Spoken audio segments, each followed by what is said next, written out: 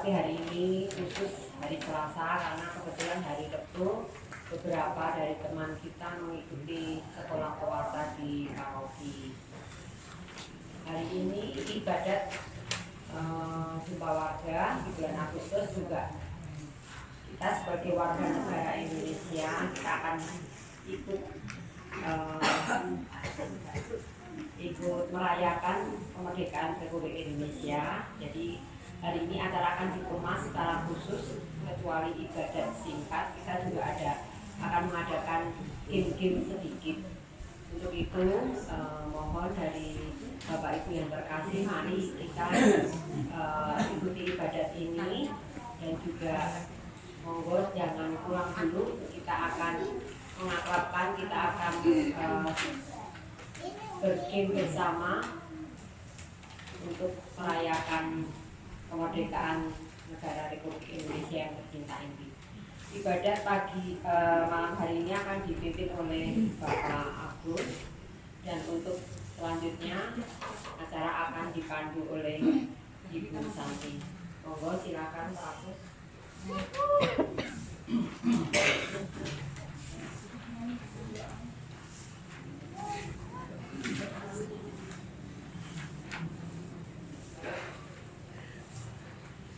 Halo. Baiklah. Selamat malam Bapak Ibu adik-adik yang terkasih. Selamat malam. Berkah dalam. Bagaimana kabarnya? Luar biasa. Saya mendapatkan kepercayaan dari Ibu Ketua Lingkungan Ibu Yani untuk memimpin ibadat lingkungan pada malam hari ini, dan hari ini adalah hari menjelang hari kemerdekaan RI ya, 17 Agustus. Mungkin karena itu Ibu Yani menyuruh saya, karena namanya Agus kebetulan sama, jadi saya disuruh memandu acara pada malam hari ini. Baik, saya akan melaksanakan tugas sebisa mungkin. Kita sifatnya bukan untuk menyampaikan pegangan atau apa, tetapi kita belajar bersama. Saya diberi kisi-kisi Mbak Yani, yaitu temanya adalah besar imanmu maka jadilah padamu seperti yang kau kehendaki. Baiklah, untuk mulai ibadat pada malam hari ini, kita mulai dengan lagu yang ada dalam teks dan ini seperti fajar. Dan nanti mohon maaf saya tidak bisa sampai selesai karena nanti ada rapat RT di kelurahan, uji publik data kemiskinan. Maka mungkin saya bisa tepat memenuhi permintaan Mbak Yani, yaitu 45 menit ya Mbak. Mungkin kalau nggak sampai situ nggak apa-apa. Baiklah, mari kita mulai dengan lagu pembukaan.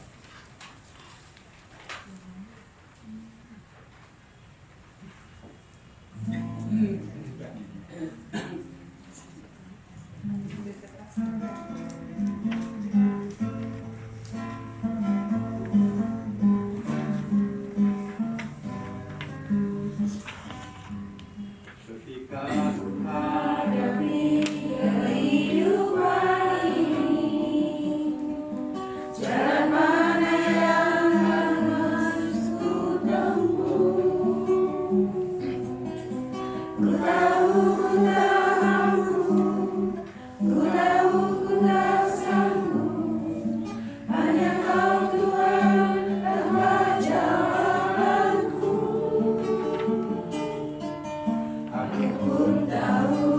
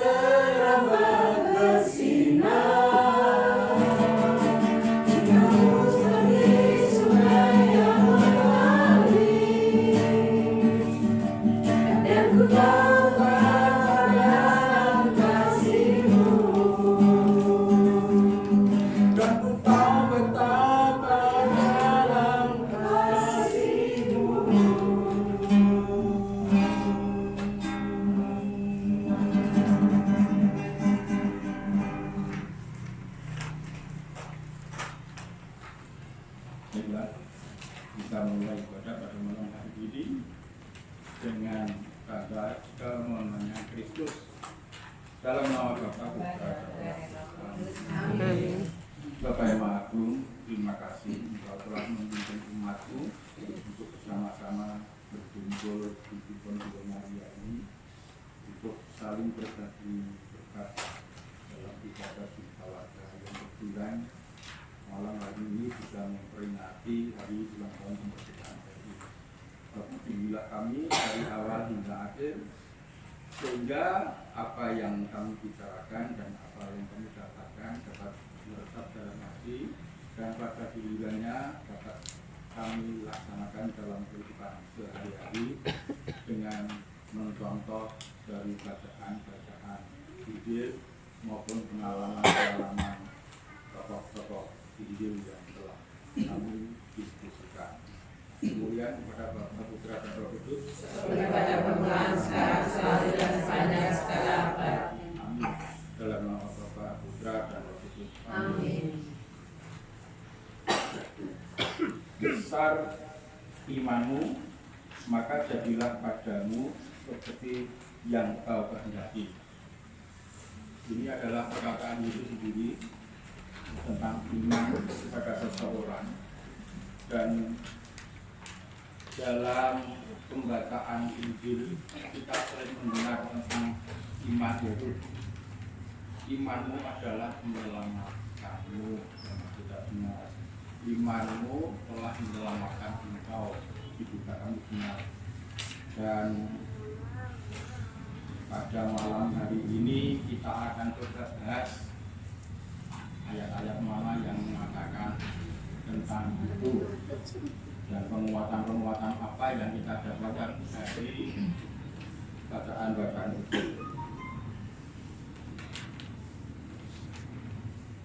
Jadi kita mulai dengan iman ya, karena tema pada malam hari ini adalah iman. Mungkin secara umum Bapak Ibu pirsa ya, apa itu iman?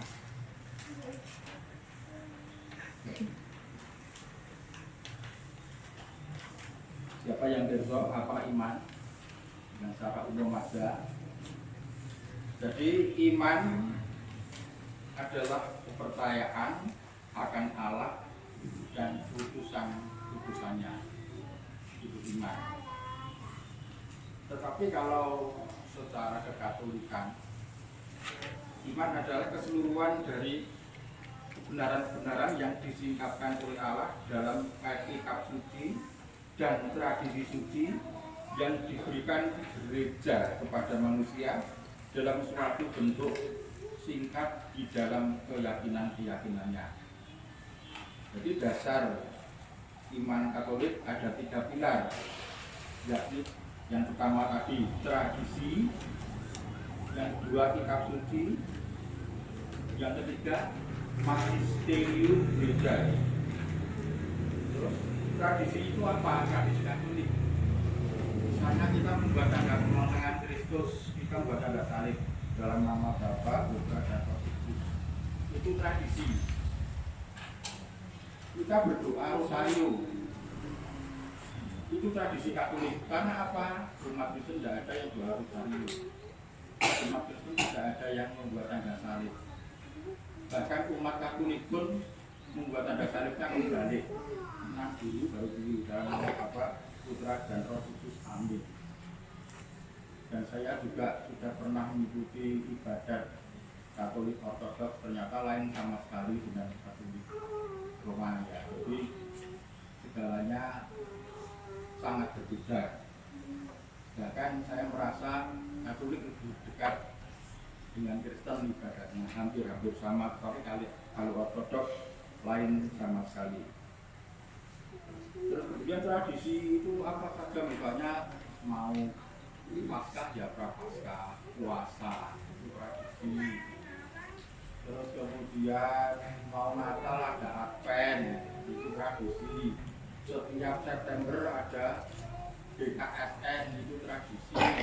Tiap bulan Maria ada apa Bapak Ibu? Yang dikasih buku itu.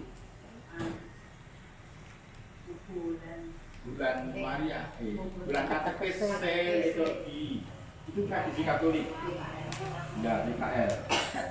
Terus kemudian yang kedua kitab suci yang membedakan umat Katolik dan umat Kristen. Terletak di mana? Katolik itu akan ada dua, perjanjian lama dan perjanjian baru. Di Kristen juga perjanjian lama dan perjanjian baru. Tetapi di Katolik ada ketirikasan antara perjanjian lama dan perjanjian baru. Ada satu kitab yang terdiri dari dua ayat yang namanya Deuterokanonika. Nah, itu kalau ada kitab suci yang berisi Deuterokanonika, itu berarti kitab suci milik orang Katolik.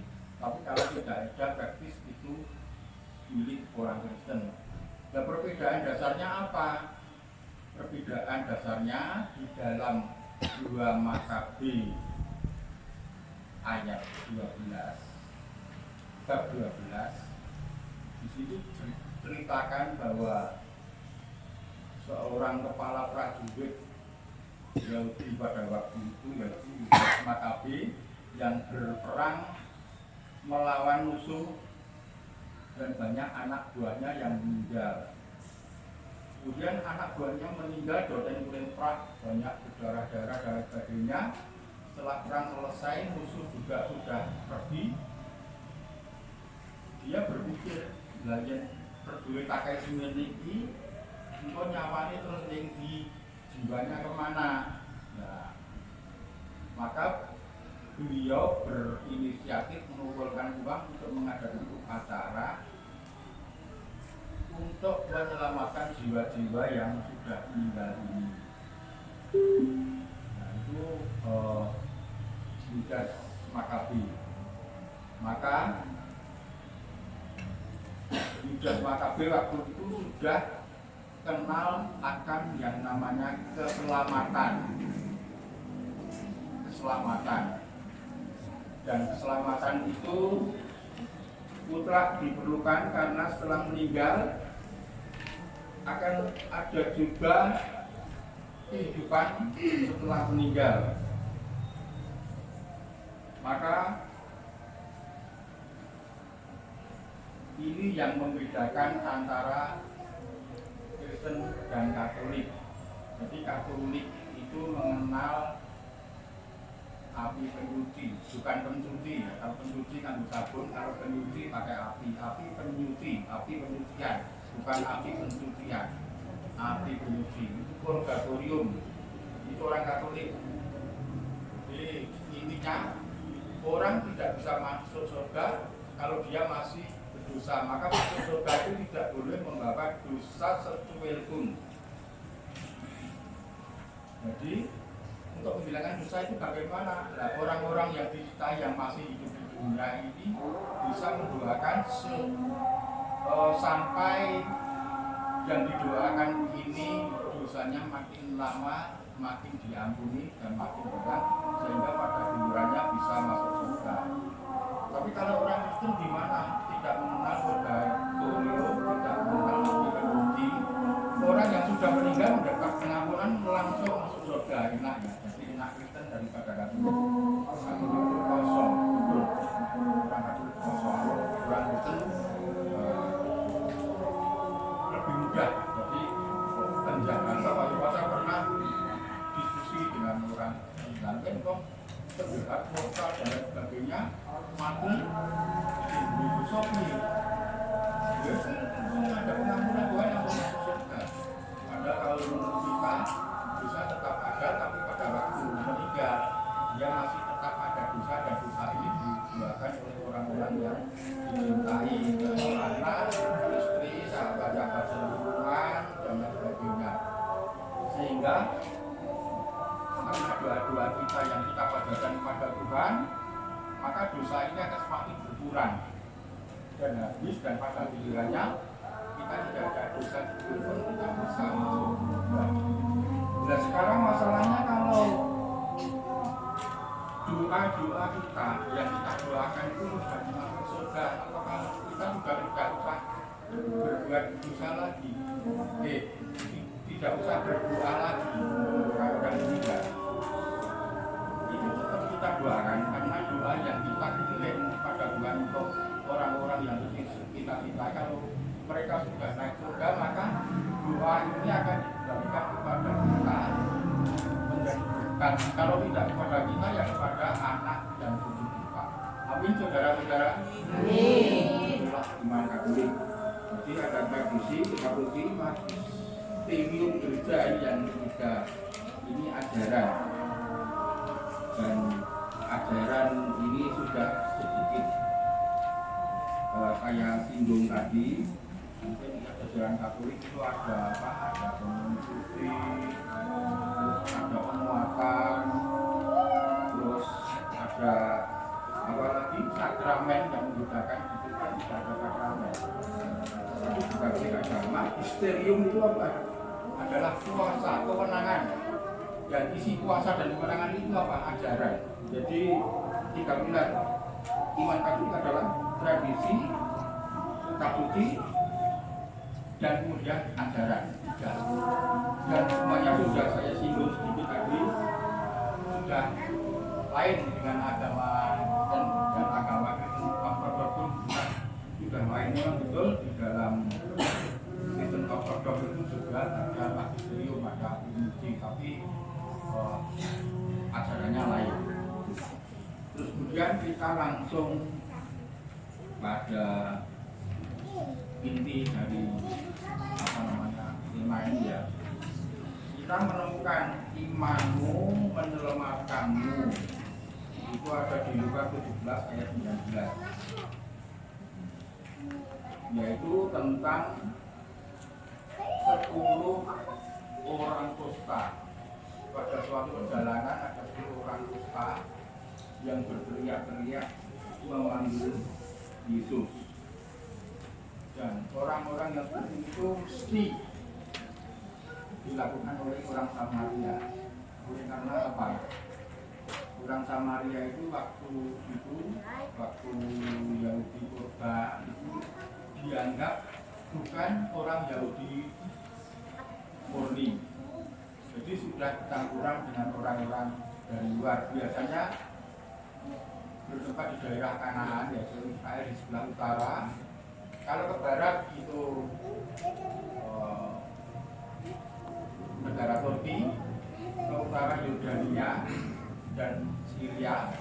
Kalau ke timur itu kira-kira sekarang kalau dulu Babilonia dan Mesopotamia. Maka orang Samaria dianggap bukan orang yang asli, maka mereka bisa mempunyai peraturan-peraturannya sendiri. Tetapi karena iman dan kepercayaan 10 orang kusta itu, kemudian mereka memohon pada Tuhan untuk menyembuhkan. Dan setelah Tuhan menyembuhkan, ternyata 10 orang itu menjadi tahir. Tahir itu sembuh, Bapak Ibu. Tetapi ingat ya, yang kembali dan berucap terima kasih hanya seorang. Jadi sekolah 10 ini yang patut ngomong siji, apakah kita akan seperti itu dibulung terus, tetapi tidak tahu terima kasih. Nah, tentang orang kusta tadi ya. Jadi Lukas 17:19. Jadi pembacaan keseluruhannya Lukas 17:19 11 sampai dengan 19. Kemudian yang kedua, Yesus membangkitkan anak yang mati. Jadi ada seorang kepala gaib suci yang namanya Yairus. Itu anaknya meninggal mati. Kemudian dia mendengar pada waktu itu ada Yesus datang ke kota mereka, maka dia berkokoh-kokoh menemui Yesus. Dia memohon untuk datang ke rumahnya untuk memberikan kesembuhan. Jadi pada waktu pergi itu masih sakit ya sebetulnya, belum meninggal. Tetapi setelah pulang dia sudah meninggal. Nah, pada waktu perjalanan dari tempat Yesus ke tempat Yairus itu ada seorang perempuan yang sudah mengalami pendarahan selama 12 tahun. Pendarahan 12 tahun, ya, ini sangat penyakit yang sangat mengerikan. Dan perempuan itu juga berteriak-teriak, dan oleh murid-murid Yesus disuruh mengusir oleh Yesus. Usir saja orang ini, dari tadi cuma berteriak-teriak. Tetapi Yesus malah berhenti dan mau mengajak bicara kepada wanita ini. Dan pada waktu orang-orang pada dekat dengan Yesus dan pengen untuk berkomunikasi dengannya, Yesus merasa di jubahnya ada kuasa yang keluar dari tubuhnya. Ternyata wanita tadi yang menyentuh jubah Yesus, sehingga wanita itu menjadi sembuh. Maka Yesus juga menyatakan bahwa imanmu telah menyelamatkanmu, pergilah dengan selamat. Bapak Ibu, kita lanjutkan lagi bahwa dalam Markus 10 ayat 52 juga ada Yesus menyembuhkan Bartimeus. Bartimeus itu adalah seorang penulis. Dia itu buta. Bartimeus itu mengetahui ada Yesus, dia teriak di pinggir jalan, Yesus anak Daud, kasihanilah aku. Terus Yesus masih berjalan, terus kemudian dia berteriak lagi, Rabuni, supaya aku dapat melihat. Yesus dipanggil Rabuni, Rabuni itu guru. Maka seketika itu juga Yesus berhenti dan juga menyembuhkan Bartimeus sehingga ia bisa melihat kembali. Itu adalah iman dari Bartimeus yang telah menyembuhkan sakit butanya sehingga bisa melihat kembali. Terus kemudian ada juga Lukas 7 ayat 50, Yesus diurapi seorang perempuan yang berdosa. Nah, ini adalah pengampunan. Jadi seorang perempuan yang telah berdosa itu ingin bertobat dan mendengar Yesus datang, maka dia pergi menemui kepada Yesus, dan setelah sampai dia mengurapi kakinya dengan minyak, mengelap dengan rambutnya dan sebagainya, sehingga yang akan mengajak Yesus ke rumahnya yaitu seseorang yang mengajak mampir ke rumahnya menjadi iri. Tuhan, apakah kamu tahu bahwa ini adalah orang yang sangat berdosa? Tetapi Tuhan menjawab, wanita ini telah membasuh kakiku dengan air matanya dan mengusap dengan rambutnya dan memberikan mengurapiku dengan minyak. Maka saat ini juga dosanya ku ampuni. Itu adalah tanda-tanda besar iman dari orang yang sangat percaya pada Yesus.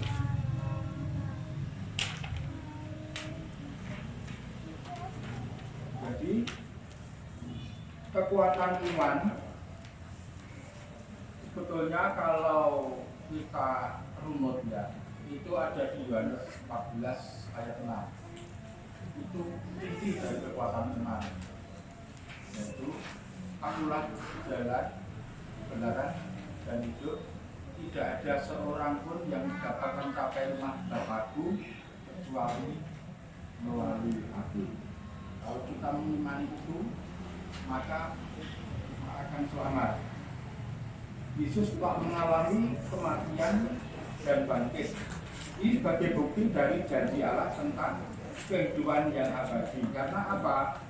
Mereka yang mengimani Yesus akan menjadi anggota keluarga Allah dan memiliki hidup abadi. Amin anak-anak? Amin. Amin ya.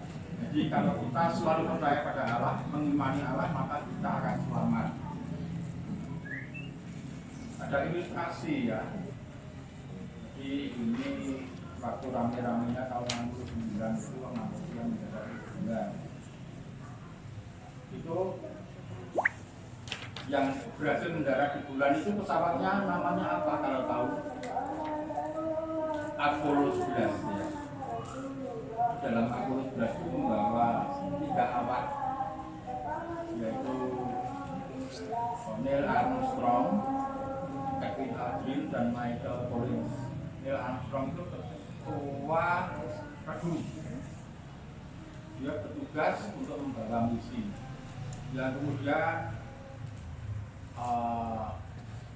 Edwin Aldrin itu membawa roket Saturnus 5 dari bumi sampai ke bulan. Terus kemudian Michael Collins itu membawa kapsul untuk mendarat di bulan. Jadi mereka masing-masing sudah ada tugasnya. Dan pada waktu Apollo berhasil didaratkan oleh Michael Collins ke bulan, maka ketua rombongan ini, ketua kru ini, Neil Armstrong, langsung turun dan meloncat ke bulan. Dan di situ kelihatan telapak kakinya dan dia tidak bisa melangkah karena sangat ringan ya. Jadi dia meloncat kayak kata. Setelah melihat telapak kakinya, dia mengucapkan, ini adalah suatu langkah kecil dari kehidupan manusia, tetapi merupakan langkah besar sebagai peradaban manusia. Disinilah saya menemukan besaran Allah. Jadi beliau merasa kecil berada di bulan, karena alam semesta itu sangat luas. Nah, ini kesaksian tentang iman juga. Lain halnya dengan kosmonot dari Rusia yang bernama Yuri Gagarin yang menaiki Sputnik 57. Dia mengatakan, saya sudah terbang keluar angkasa berulang kali, saya sudah sampai di bulan, walaupun saya tidak sempat berdarat, tetapi di sana tidak ada Tuhan. Itu kesaksian Yuri Gagarin yang orang Soviet yang notabene adalah komunis. Orang Soviet itu apa? Agamanya apa? Tidak punya agama ya, komunis ya. Ini saya mendapatkan ilustrasi yang sangat bagus oleh pewarta saya, mungkin Pak Edu dan Mbak Yani bisa tahu. Ada orang yang berkumpul setelah rapi, ngobrol, selesai manulah, yang syukur ini bilang Tuhan memberkatimu. Maaf, saya tidak percaya Tuhan. Kaget. Saya juga begini, saya tidak pernah doa dan sebagainya. Oh iya, lanjutkan. Akhirnya dia keluar, sampai keluar dari ruangan potong rambut itu, dia ketemu dengan orang yang rambutnya panjang, orangnya gondrong. Setelah itu dia mendapat ide, orang itu diminta untuk masuk kembali ke ruang itu. Kamu lihat orang ini ya, ini membuktikan bahwa di sini tidak ada tukang cukur. Nah, yang tukang cukur bilang ada, saya tukang cukur, tetapi kenapa dia gondrong? Nah, karena dia tidak mau menuju ke saya untuk minta dicukur. Demikian juga kamu tidak kenal Tuhan, tetapi kalau kamu mau mencari Tuhan, maka kamu akan percaya bahwa Tuhan itu ada. Itu ilustrasi yang sangat luar biasa yang bisa menentukan. Dan ini sebetulnya baru jam 7 itu adalah serangkaian dari kesaksian iman dari zaman Yahudi kuno, Yahudi purba, sampai ilustrasi yang diberi oleh guru kawasa kami itu berada dalam zaman modern, dan kita sudah banyak mendengar cerita-cerita tentang itu, cuma biasanya kita kurang intens maupun kurang begitu tanggap ya, karena mungkin tidak membaca sendiri, hanya mendengar dan sebagainya. Maka ini juga harus patut kita temukan. Sebetulnya kita kalau setiap hari membaca Alkitab, entah itu perjanjian lama, perjanjian baru, dari kanonika dan sebagainya, maka kita akan menjadi semakin paham akan firman Allah. Maka dari itu kita lanjutkan, karena waktunya masih banyak dan kita masih punya tugas untuk membahas bacaan ini. Sebelumnya mari kita ungkapkan ungkapan tobat ya. Lalu ungkapan tobat.